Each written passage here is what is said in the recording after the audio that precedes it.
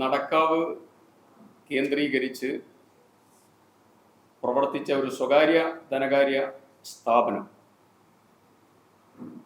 ആ സ്ഥാപനവുമായി ബന്ധപ്പെട്ടുകൊണ്ട് ഇന്നലെ നടക്കാവ് പോലീസ് എൻ്റെ ഭാര്യയെ കൂടി ഉൾപ്പെടുത്തിയെടുത്തതായിരിക്കുന്ന കേസ്, അത്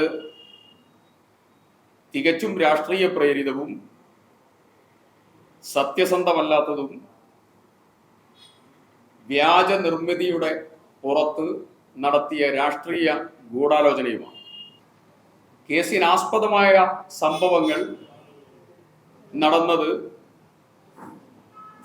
FIR-ൽ ചൂണ്ടിക്കാണിക്കുന്നതും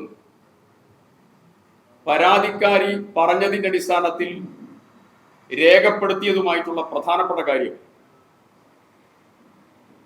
2023 2 ഡേറ്റുകളിലായി അവർ പണം നിക്ഷേപിച്ചു എന്നുള്ളതാണ്. ഞാൻ ആ ഡേറ്റുകൾ എൻ്റെ കയ്യിലുണ്ട്, ഞാനത് പറയാം. 16/3/2023 4.52 ലക്ഷം രൂപയും 19/4/2023 1.13 ലക്ഷം രൂപയും മൊത്തം 5.65 ലക്ഷം രൂപ അവർ നിക്ഷേപിച്ചു. അത് ചീറ്റ് ചെയ്തു എന്ന് പറഞ്ഞുകൊണ്ടാണ് കേസ്. ഈ പണം നിക്ഷേപിച്ച കാലയളവിൽ എൻ്റെ ഭാര്യ ആ സ്ഥാപനത്തിൽ പ്രവർത്തിച്ചിട്ടില്ല. പ്രവർത്തിച്ചു എന്ന് തെളിയിക്കാൻ പോലീസിനെയും പരാതിക്കാരിയെയും വെല്ലുവിളിക്കുക. ഞാൻ പൊതുപ്രവർത്തകനാണ്, ഞാൻ പൊതുസമൂഹ മധ്യത്തിൽ ജീവിക്കുന്നയാളാണ്. എന്തിൻ്റെ അടിസ്ഥാനത്തിൽ, ഏത് ധാരണയുടെ അടിസ്ഥാനത്തിൽ, ആര് പറഞ്ഞിട്ടാണ് ഇത് ചെയ്തത് എന്ന് വ്യക്തമാക്കാൻ പോലീസിനും പരാതിക്കാരിക്കും ധാർമ്മിക ഉത്തരവാദിത്വമുണ്ട്. എൻ്റെ ഭാര്യ അവിടെ ജോലി ചെയ്തിട്ടുണ്ട്. സ്വകാര്യ ധനകാര്യ സ്ഥാപനമാണ്. ഒരു ഓഫർ വന്നു, എൻ്റെ സുഹൃത്തുക്കൾ വഴിയാണ് വന്നത്. നല്ല സ്ഥാപനമാണെന്ന് കരുതി. പക്ഷേ മാസങ്ങൾ അവിടെ ജോലി ചെയ്തു. മാസങ്ങൾ മാത്രം ജോലി ചെയ്ത് മുന്നോട്ട് പോയപ്പോൾ ആ സ്ഥാപനം ശരിയായ രീതിയിലല്ല പോകുന്നത് എന്ന് മനസ്സിലായതിന്റെ അടിസ്ഥാനത്തിൽ 2022 ഡിസംബർ 8 ആ സ്ഥാപനത്തിൽ നിന്ന് റിസൈൻ ചെയ്തുകൊണ്ടുള്ള മെയിൽ ഔദ്യോഗികമായി അവർക്ക് കൈമാറി. ആ മെയിലിന്റെ കോപ്പിയാണ്. ഔദ്യോഗികമായിട്ടുള്ള മെയിൽ കൈമാറി. 2022 ഡിസംബർ 8 പ്രസ്തുത സ്ഥാപനത്തിൽ നിന്നും രാജിവെച്ചതായിരിക്കുന്ന ഒരു വ്യക്തിക്കെതിരെ 2023 നിക്ഷേപം നടത്തിയതിന്റെ ചീറ്റിംഗ് കേസ് എടുത്തത് ഗൂഢാലോചനയുടെ കൃത്യമായ തെളിവാണ്.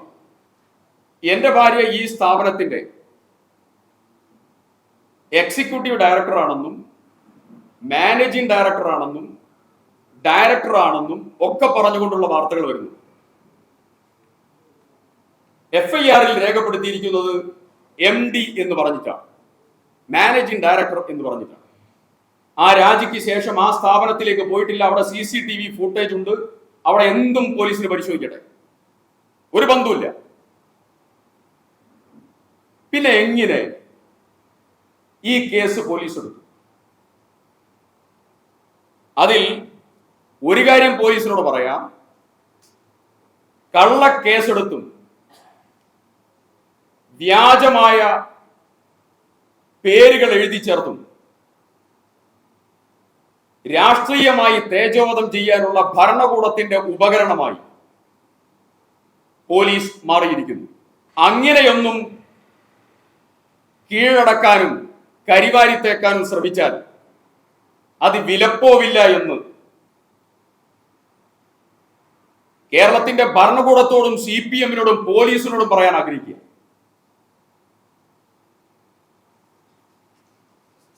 ധനകാര്യ സ്ഥാപനങ്ങളിൽ പലരും പ്രവർത്തിക്കും, നല്ലതാണെന്ന് കരുതും. പക്ഷേ അവിടെ വല്ലതും സംഭവിച്ചാൽ ആ സംഭവിച്ചതിന്റെ ഉത്തരവാദിത്തം അതിന്റെ യഥാർത്ഥ പ്രതികളെ തേടുന്നതിന് പകരം, കക്ഷികളെ തേടുന്നതിന് പകരം രാഷ്ട്രീയ നേതാക്കന്മാരെ കരിവാരിത്തേക്കാൻ ദുരുപയോഗം ചെയ്യുന്നത് ഹീനമായ രാഷ്ട്രീയ നടപടിയാണ്. ഒരു സംവിധാനത്തിനും ചേർന്ന നടപടിയല്ല. എന്റെ ഭാര്യ ആ സ്ഥാപനത്തിലെ കമ്പനീസ് ആക്ട് പ്രകാരം ഉണ്ടാക്കിയ സ്ഥാപനമാണ്. ആ സ്ഥാപനത്തിലെ ഒരു സിംഗിൾ ഷെയർ, ഡയറക്ടറാണെന്നാണല്ലോ പറഞ്ഞത്, ഒരു സിംഗിൾ ഷെയർ എന്റെ ഭാര്യയുടെ പേരിലില്ല. പിന്നെ എങ്ങനെ ഡയറക്ടറും എക്സിക്യൂട്ടീവ് ഡയറക്ടറും ഒക്കെ ആകും? ഒരു ഡയറക്ടർ ബോർഡിൽ പങ്കെടുത്തിട്ടില്ല, ഒരു ഷെയറിന്റെ ഹോൾഡറുമല്ല, ഒരു ചെക്കോ ഒരു ബില്ലോ അവിടെ ഒപ്പിട്ട് നൽകിയിട്ടുമില്ല, അതിന്റെ വ്യവഹാരത്തിൽ പങ്കാളിയായിട്ടുമില്ല. ഇത് മിനിസ്ട്രി ഓഫ് കോർപ്പറേറ്റ് അഫയേഴ്സിന്റെ ഒഫീഷ്യൽ ആയിട്ടുള്ള രേഖയാണ്. ഈ രേഖയിൽ ഈ സ്ഥാപനത്തിന്റെ 3 ഡയറക്ടർമാരെ കുറിച്ച് കൃത്യമായി പറയുന്നു. 3 ഡയറക്ടർമാർ. 1 ഫിറോഷ്, 2 വസീം, 3 റാഹില ബാനു. ഇത് കോർപ്പറേറ്റ് അഫയേഴ്സിന്റെ ഒഫീഷ്യൽ ആയിട്ടുള്ള ഡോക്യുമെന്റ് ആണ്. ഈ സ്ഥാപനത്തിന്റെ ഷെയർ ഹോൾഡേഴ്സിന്റെ ലിസ്റ്റാണ്. ഇതും ഒഫീഷ്യലായി ലഭ്യമാണ്. ഇതിലെവിടെയെങ്കിലും എന്റെ ഭാര്യയുടെ പേരിൽ ഷെയറോ ഡയറക്ടറോ ആയി ഉണ്ട് എന്ന് ചൂണ്ടിക്കാണിക്കാൻ മാനേജിംഗ് ഡയറക്ടർ എന്നാണ് പോലീസ് പറഞ്ഞിരിക്കുന്നത്. ആ പോലീസ് ഇതൊക്കെ തെളിയിക്കാൻ ബാധ്യസ്ഥരാണ്. മുണ്ട് വരിഞ്ഞെടുത്ത് രാഷ്ട്രീയ പ്രവർത്തനം നടത്തുന്ന പൊതുപ്രവർത്തകനാണ്. എന്റെ ഭാര്യയുടെ ഗോൾഡ് ഓപ്ഷനിൽ പോയിട്ടുണ്ട് നിരവധി തവണ. ഇപ്പോഴും ഓപ്ഷൻ സ്റ്റേജിലുള്ളതുണ്ട്. എന്റെ വീട്ടിൽ ജപ്തി നോട്ടീസ് പതിച്ചിട്ടുണ്ട്. അതൊക്കെയാണെങ്കിലും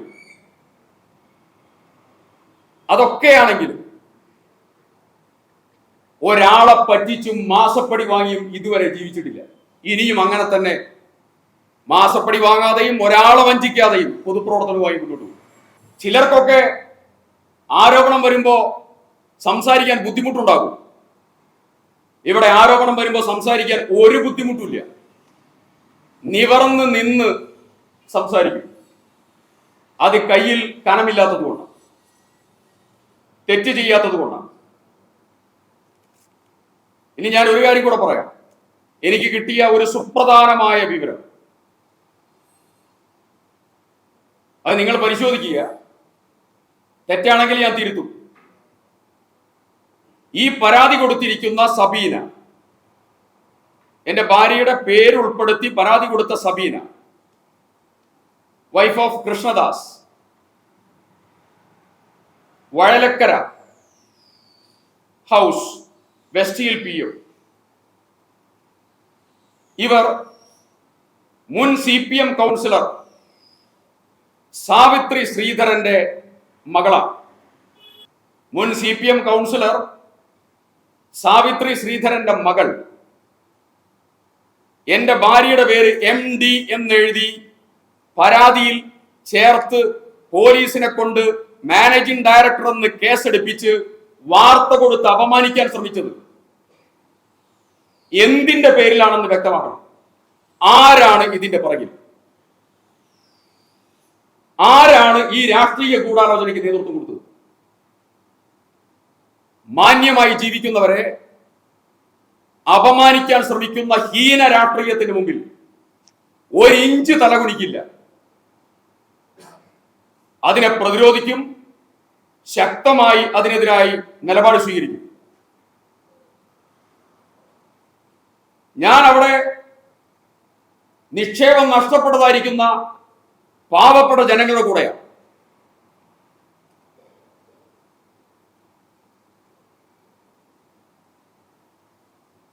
എന്റെയും ചില സുഹൃത്തുക്കളുടെ ഇതുണ്ട്, കുറെ കൊടുത്തിട്ടുണ്ട്, ഇനിയും ഒന്ന് രണ്ടെണ്ണം ബാക്കിയുണ്ട്.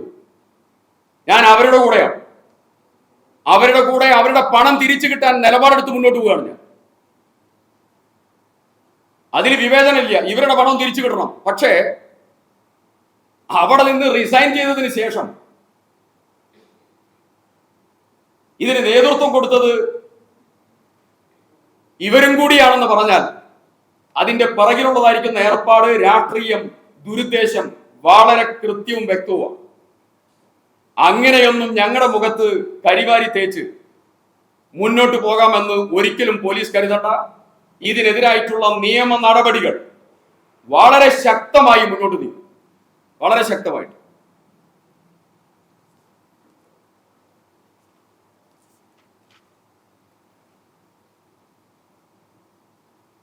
ഇത്രയും കാര്യങ്ങൾ.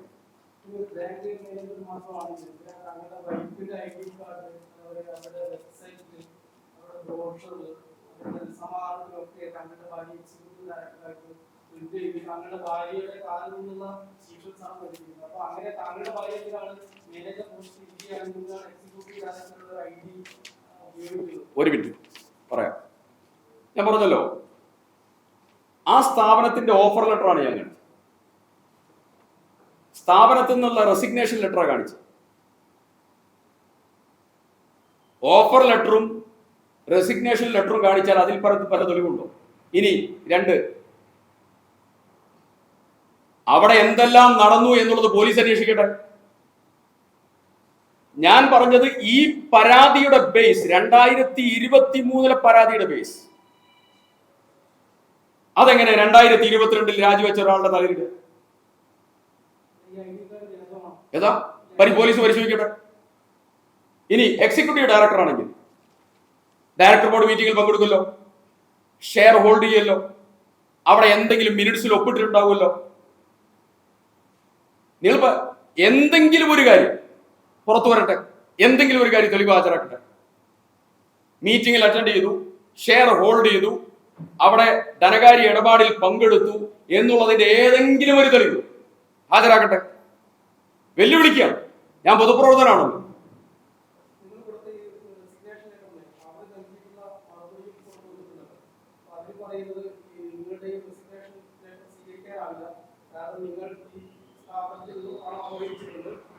പണം അപഹരിച്ചിട്ടുണ്ടെന്ന് ആരെഴുതി?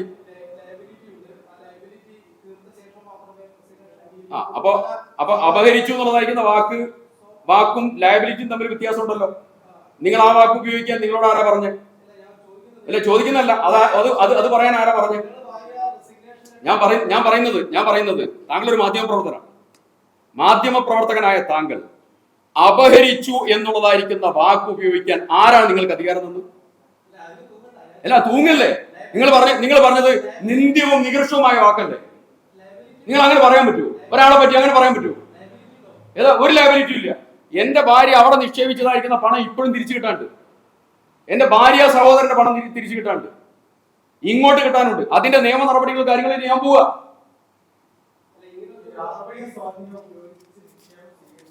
ഏതാ? ഞാൻ എന്റെ ചില സുഹൃത്തുക്കളുടെ ഡെപ്പോസിറ്റ്സ് അവിടെ കിട്ടിയിരുന്നു. ആ ഡെപ്പോസിറ്റ്സിൽ 95-96% തിരിച്ചു കൊടുത്തിട്ടുണ്ട്.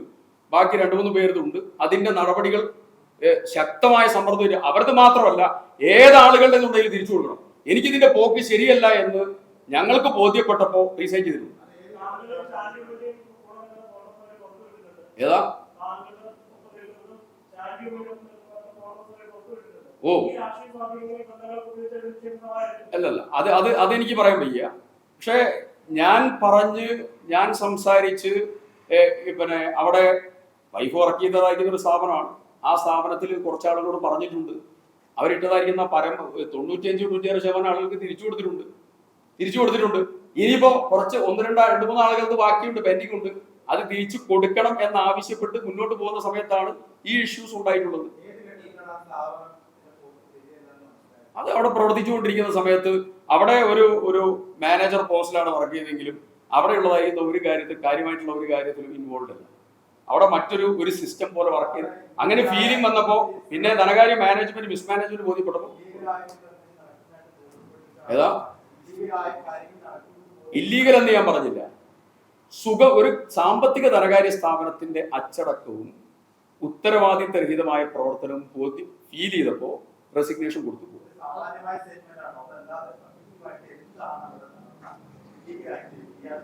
ഈ സ്ഥാപനത്തിന്റെ തകർച്ചയിലേക്ക് എത്തിച്ചതായിരിക്കുന്ന കാര്യങ്ങൾ ഫീൽ ചെയ്തല്ലോ. തകർച്ചയിലേക്ക് എത്തിച്ചതായിരിക്കുന്ന സാധനത്തിന്റെ തുടക്കമായിരിക്കും. അത് ക്ലാരിറ്റി ഇല്ല എന്ന് പറഞ്ഞ സമയത്ത് പറഞ്ഞ റിസൈൻ ചെയ്യാൻ തീരുമാനിച്ചു. ക്ലാരിറ്റി കുറവ് ഫീൽ ചെയ്തപ്പോ രാജിവെച്ചു.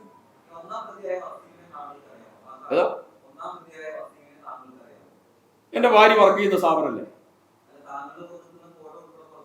സ്വാഭാവികമായിട്ട് ഫോട്ടോസ് ആർക്കെടുക്കും? എന്റെ വൈഫ് വർക്ക് ചെയ്യുന്ന സ്ഥാപനമല്ലേ. ഇല്ലില്ല റെസിഗ്നേഷൻ ശേഷം കണ്ടിട്ടില്ല എന്ന് മാത്രമല്ല, ഒരിക്കൽ പോലും സംസാരിച്ചിട്ടില്ല, ഒരിക്കൽ പോലും ബന്ധപ്പെട്ടിട്ടില്ല. ഇതിന് ശേഷം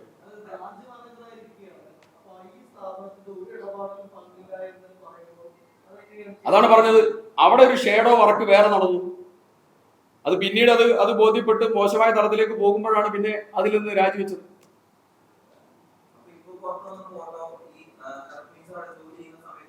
നേരത്തെ എടുത്തായിരിക്കും.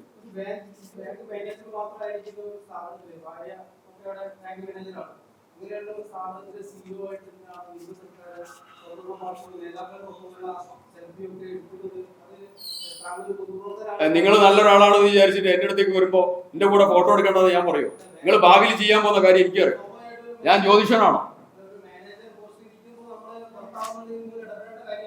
ഏതാ ആണല്ലോ.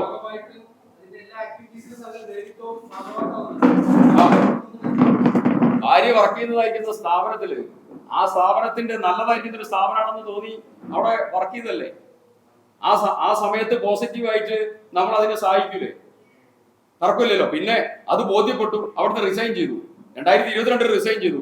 2023 CPM കൗൺസിലറുടെ മകള് ഒരു പരാതി കൊടുത്തിട്ട് അവിടെ 2022 രാജിവെച്ചതായിരിക്കുന്ന ആൾക്കെതിരെ കേസെടുക്കുക എന്ന് പറഞ്ഞാൽ എന്തേർപ്പാടാ? ഏതാ വൈഫിന്റെ അന്ന് 3 ലക്ഷം രൂപ ഞാൻ വീടിന് ലോൺ എടുത്തതായിരിക്കും. 65 ലക്ഷം രൂപ ലോൺ എടുത്തു ഫെഡറൽ ബാങ്കിൽ നിന്ന് എന്റെ വീട് നിർമ്മാണം. അന്ന് ആ ലോണിൽ നിന്ന് എടുത്തതായിരിക്കുന്ന പണമാണ് അവിടെ ഒരു സെക്യൂരിറ്റി എന്ന രീതിയിൽ അവർ ആവശ്യപ്പെട്ടപ്പോൾ വെച്ചത്. 3 ലക്ഷം രൂപ. പിന്നെ അതുപോലെ വൈഫിന്റെ ബ്രദറിന്റെയും പണമുണ്ട്. അതെത്ര അതും ഇതേപോലെ തന്നെയുള്ള ഒരു എമൗണ്ട് അതും.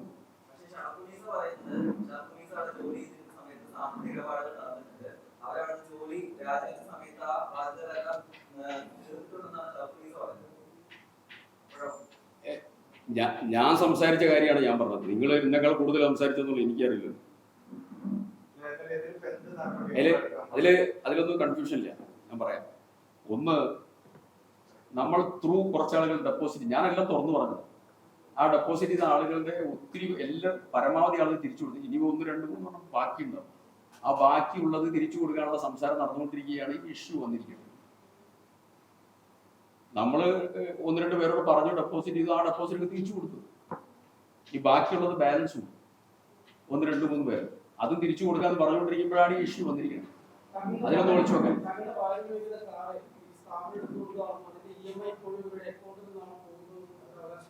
ഏതാ? ഒരിക്കലുമില്ല.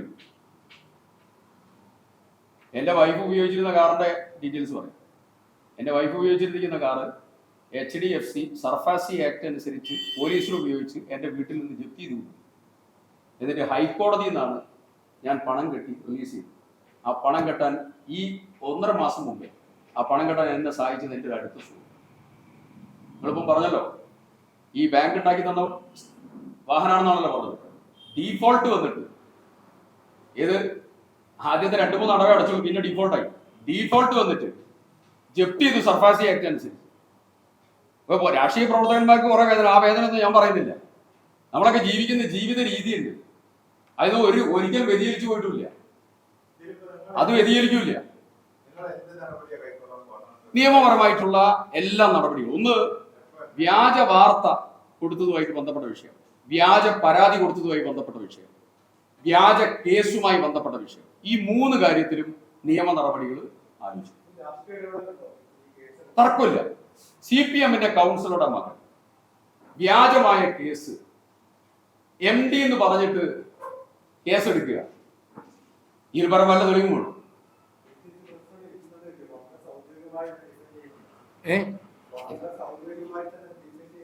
അല്ല, ഞാൻ വന്നിരിക്കുവോ? പക്ഷെ അത് മെസ്സേജ് അല്ലേ ക്രിയേറ്റ്. കാരണം വീണ വിജയനെതിരെ കേന്ദ്ര സംസ്ഥാന ഏജൻസികൾ കുറ്റക്കാരിയാണെന്ന് പറഞ്ഞിട്ടും ഒരു FIR ചെയ്യാത്ത കേരളത്തിലെ പോലീസ് ഒരു പരാതിയുടെ അടിസ്ഥാനത്തിൽ MLA-യുടെ ഭാര്യയുടെ ഒരു കേസെടുത്തത് രാഷ്ട്രീയപരമായി പകപോക്കാനും അപകീർത്തിപ്പെടുത്താനുള്ള ദുരുദ്ദേശം കൂടി തന്നെയാണ്. ആ കാര്യത്തിൽ MLA നടത്തുന്ന നിയമപോരാട്ടത്തിൽ പാർട്ടി ഒപ്പം നിൽക്കും, ഒരു സംശയമില്ല. CPM ഇത് പാർട്ടി തലത്തിൽ ഇപ്പൊ ഒരു പ്രത്യേക സാഹചര്യമുണ്ട് കേരളത്തിൽ. ഞാനത് ഒരു വാചകത്തിൽ ഒതുക്കി. നമ്മളൊന്നും മാസപ്പടി വാങ്ങിയിട്ടും നമ്മളൊന്നും അഴിമതി പണം വാങ്ങിയിട്ടും ജീവിക്കുന്ന ആളുകളൊന്നുമല്ല. അല്ല, വളരെ കൃത്യമായിട്ട്. ഏതാ